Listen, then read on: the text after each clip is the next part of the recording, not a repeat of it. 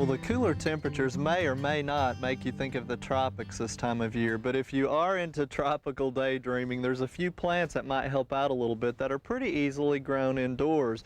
And the first one that I want to talk to you about is called bromeliads, or they're basically an epiphyte, and an epiphyte is a plant that the majority of them grow on rocks or wood, no soil, but they absorb their nutrients and moisture from the air.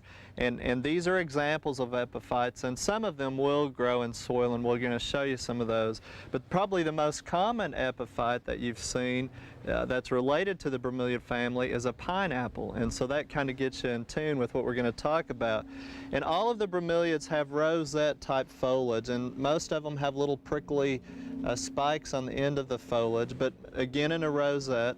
And you can see there's three different types here, and we've done segments over the past few years on Oklahoma gardening that shows you the wide range of flower blooms and colors, and some of them can get as big in a pot as almost 3 feet in diameter, so they can get bigger and bigger on you.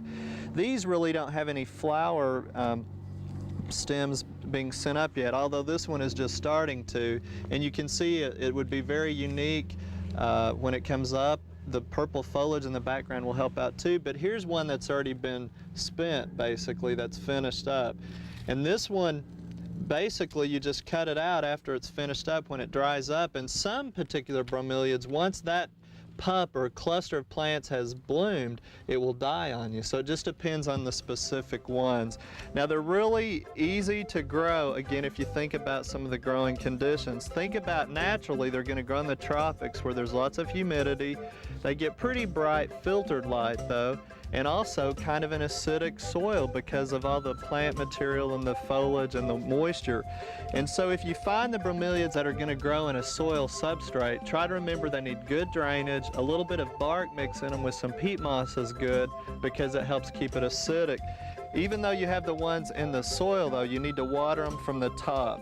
And the little cups will hold the water, and that helps provide a little bit more humidity. Plus they'll get the moisture from the roots on these as well as through the foliage and also the nutrients. Now, the thing you need to be careful about is if you're using nutrient deficient water like distilled water, or if your water is high pH or salty, it can burn the plant, so you may need to put a water soluble fertilizer in, diluted down with the water as you water them, and that will help get some nutrients.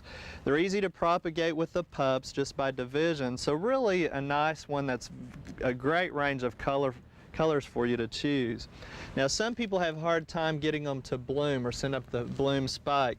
Let me show you a little trick here. If you'll just cut an apple in half, and once again, I've ended up with a knife that's not very sharp. Maybe for Christmas we'll get some sharper knives. But cut an apple in half, and if you'll put it in a plastic bag, obviously this one needs to be a little bit bigger, but you set the bromeliad in it for about 3 or 4 days.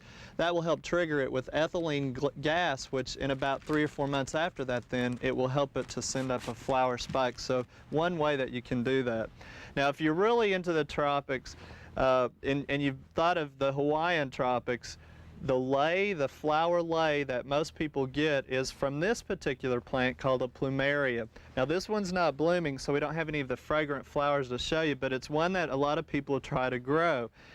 When we got ours in earlier in the season, it came as a cutting basically, and you can see we put a little bit of rooting hormone on it, stick it in the ground about 2 to 3 inches, and this one didn't form very good roots, and that's why there's not much foliage on it.